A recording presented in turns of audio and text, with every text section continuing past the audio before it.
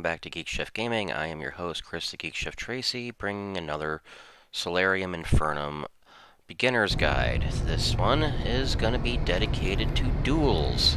I am against the AI here and have sacrificed my starting legion to this tree to further emphasize the fact that, well, duels. I have made a demand of Azeroth and Astaroth, and well, he's naturally rejected it because I have no army.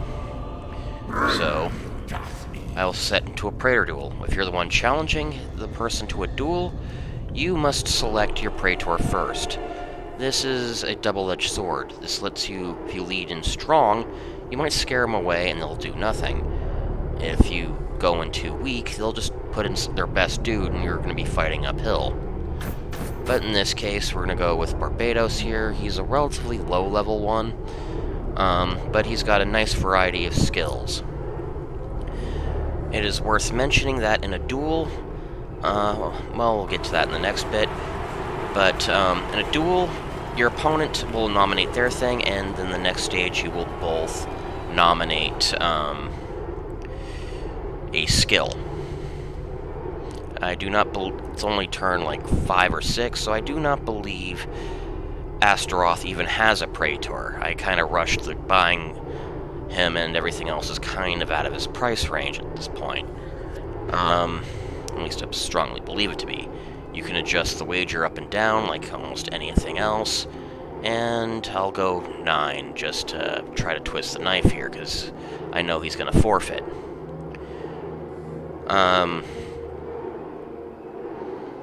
But when you choose a duelist, there's 2 things to consider. First is their level. This is their primary number that all things are going to be added to. And the next are the power level of each of the subsequent skills. Your Praetor will have 2 to 3 skills. 3 is better than 2, but they're usually only locked to 2 different types. There are no rainbow Praetors out the gate. You need to level up Charisma to the Flesh is Willing to swap one of these out. And once his Praetor is chosen, or if he chooses to chicken out and not nominate anyone, the next stage will go is the actual arena combat, where you would select one of these 3 skills against, and then your opponent would choose one of their 3 skills. And then these 3 types would be compared. And according to here, you can kind of know how the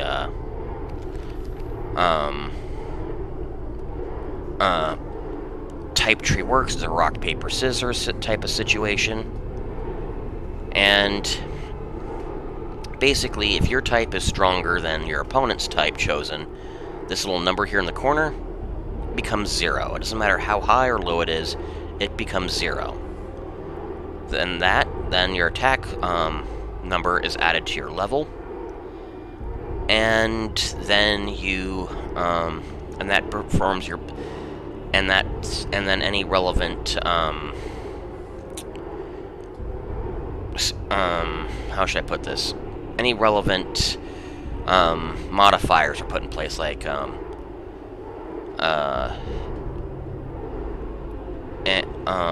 Androth is he's all about the duels, so I will be buffing this guy shortly. And then after those modifiers are put into place, the bribe is considered. If you have a, you can only bribe when both sides are nominated, by the way. So that's why he's not showing up. And you put down a bribe. If you win the bribe, you'll then get bonus points equal to your charisma stat added to your pool. And then the numbers are compared, and if the side with the bigger number wins, the loser dies. The main benefit of Praetor duels is it lets you basically punish people who don't buy Praetors early and just siphon off all their your opponent's prestige, so that, well, they have a hard time leveling up. To can also be used as a method to keep your border secure, because you're still addressing slights, but you are not actually fighting over any territory. There is no war, there is no conquest. You don't actually lose land in a duel. And the third reason why you might want to do duels is to level the Praetor. It's the only real way I know how. And what leveling up the Praetor does, it's just like a legion. The more they do it, the more experience points they gain, and the more they level up. The only real benefit to leveling a Praetor, however, is to make them more resistant to the effect of the Steel Praetor ability. And so if you're worried about your high-end champion getting stolen, might be worth trying to provoke a few duels just so you can build them up. But ultimately, no one's going to put that too much effort in here because people basically don't duel that much. Why duel when you can fight for land? But I find it's a good option when you know you can't win in a military fight, but you still want to put pressure on an opponent. But let's see how this plays out.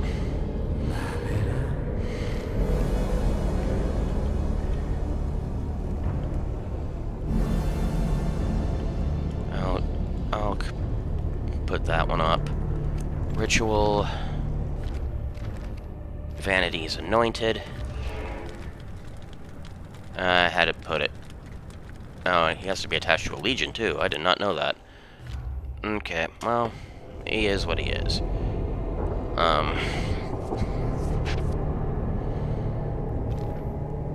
But anyway, so just gather some money. Play this out.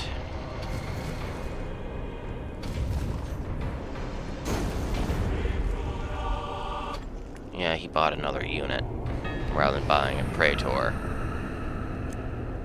Let's see how this turned out, judging by...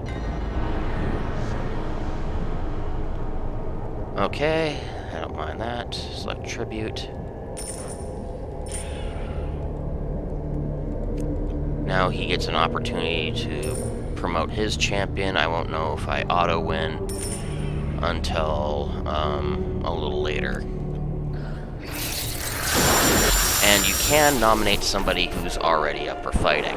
That's worth mentioning as well. But if he should die in the first duel, you're screwed for any subsequently later ones.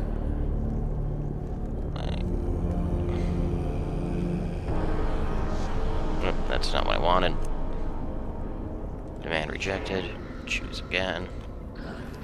Let's see if I can't rack. No, I can't. A pity.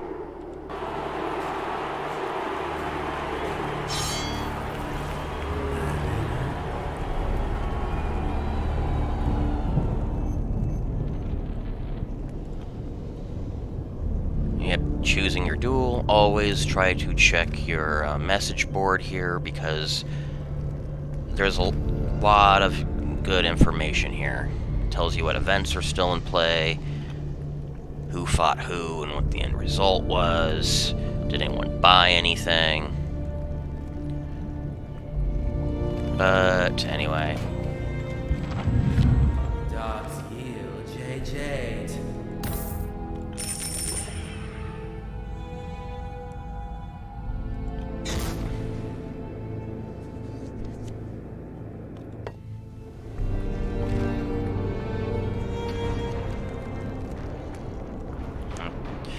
Have the AI play things out.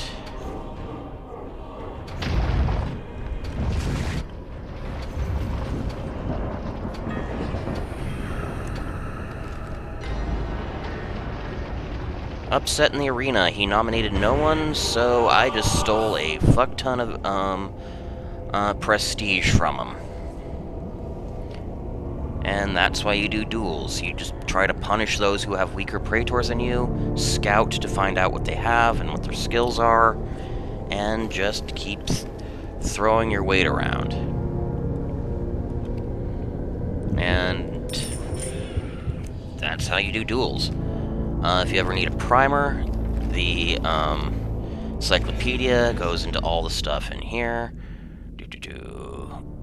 Legions, Praetor duels. And it tells you all the rules here. Or you can go into the duel screen, and as you saw when I was doing earlier, it basically created a minor feat. Whenever I went up to a try up there, you can actually review the rules up there as a quick tooltip primer. It's not entirely obvious that you have the tooltip, but that's duels in a nutshell. You can go into more detail, like what skills to put on them and all that. That involves you digging up primers. And I do know that if you try to swap out a skill with one that's already there, it levels up and gets a +1. And there are special skills associated with some abilities that may do double damage against certain symbols, usually the same symbol as the skill. We'll let it survive losing, because, like I said before, duels are to the death. Or, basically, you will force recruit the losing Praetor, and that's a good way of basically reinforcing your ranks without actually having to spend money, which is always nice. There's probably one of the more nasty ones, though, is there is a I'm taking you with me skill. I forget what it's called, but basically you throw them in there to lose, and it's to kill a high-level Praetor, and if someone's trying to duel with someone that's really good and throwing their weight around, throwing basically a suicide fighter in to take them out via that type of skill works wonders. But because you can tell the math before the fight even begins, especially if you're the defending player, it may not be a bad idea to just take the L and not show up. You will lose more prestige than if you fight and lose, but sometimes keeping a Praetor and the Praetor's special abilities still, and keep those, is worth more than losing the prestige. But I think that is literally everything about duels that I can think of. We'll see if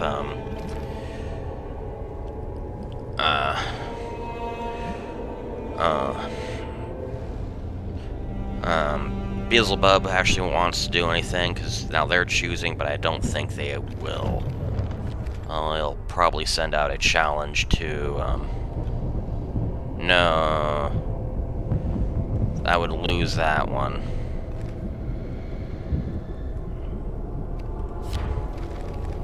I wonder if I can do this. Sign it there. Get some tribute. Dobbs yield JJ.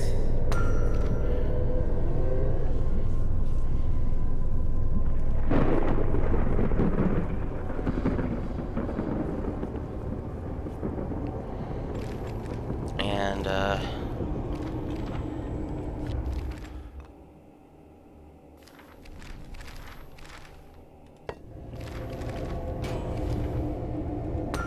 Dobbs yield JJ.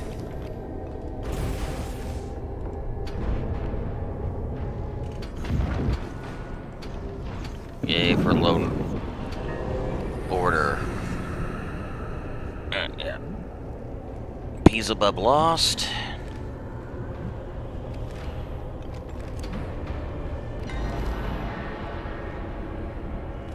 But let's see if I can't cast Vanity's Anointed on something equipped to a building.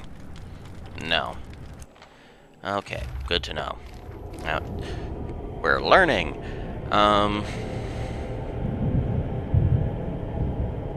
But